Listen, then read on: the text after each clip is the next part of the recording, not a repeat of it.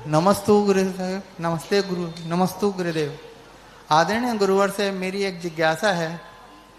हमारा इस मृत्यु लोक में जन्म हमारी उस लोक में युगों पुण्यों के अंत का परिणाम है या हमारे श्रेष्ठ कर्मों का फल, ये हमें कैसे पता चलेगा?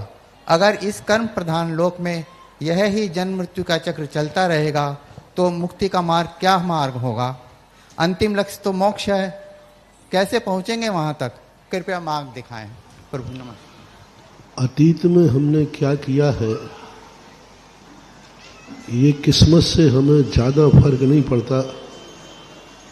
वर्तमान में हम क्या कर रहे हैं इस पर विचार करना।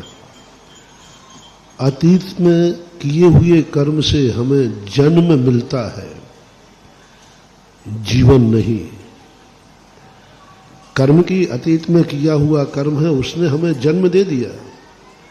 जहां देना था, जैसा हमने किया था वैसा उसने जन्म दे दिया।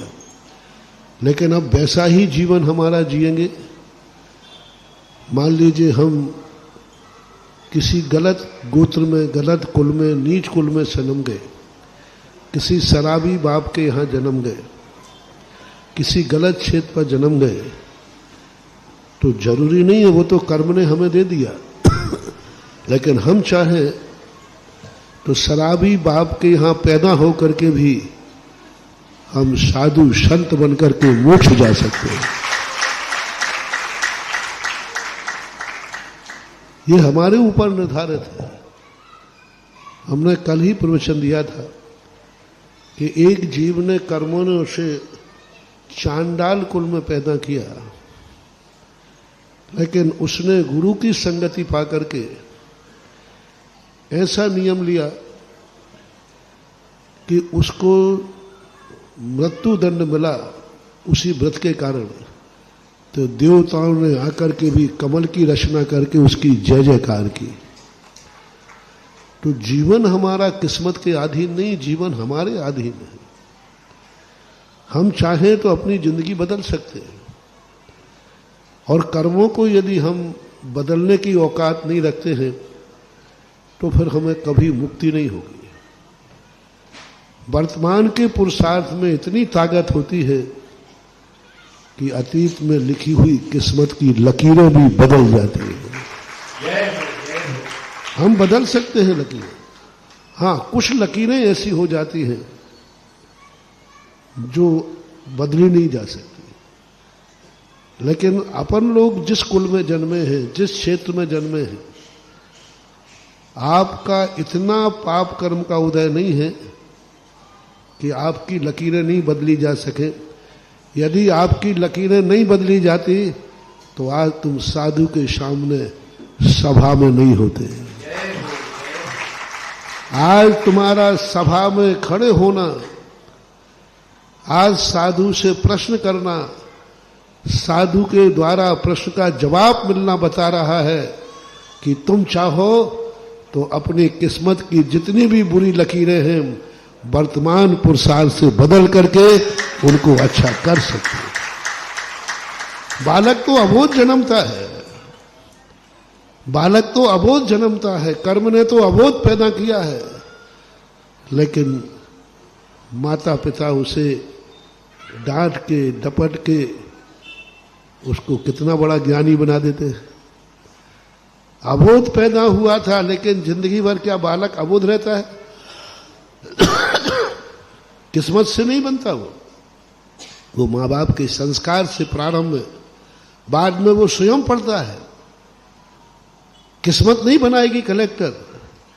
18 घंटे पढ़ता है, ईमानदारी से पढ़ता है।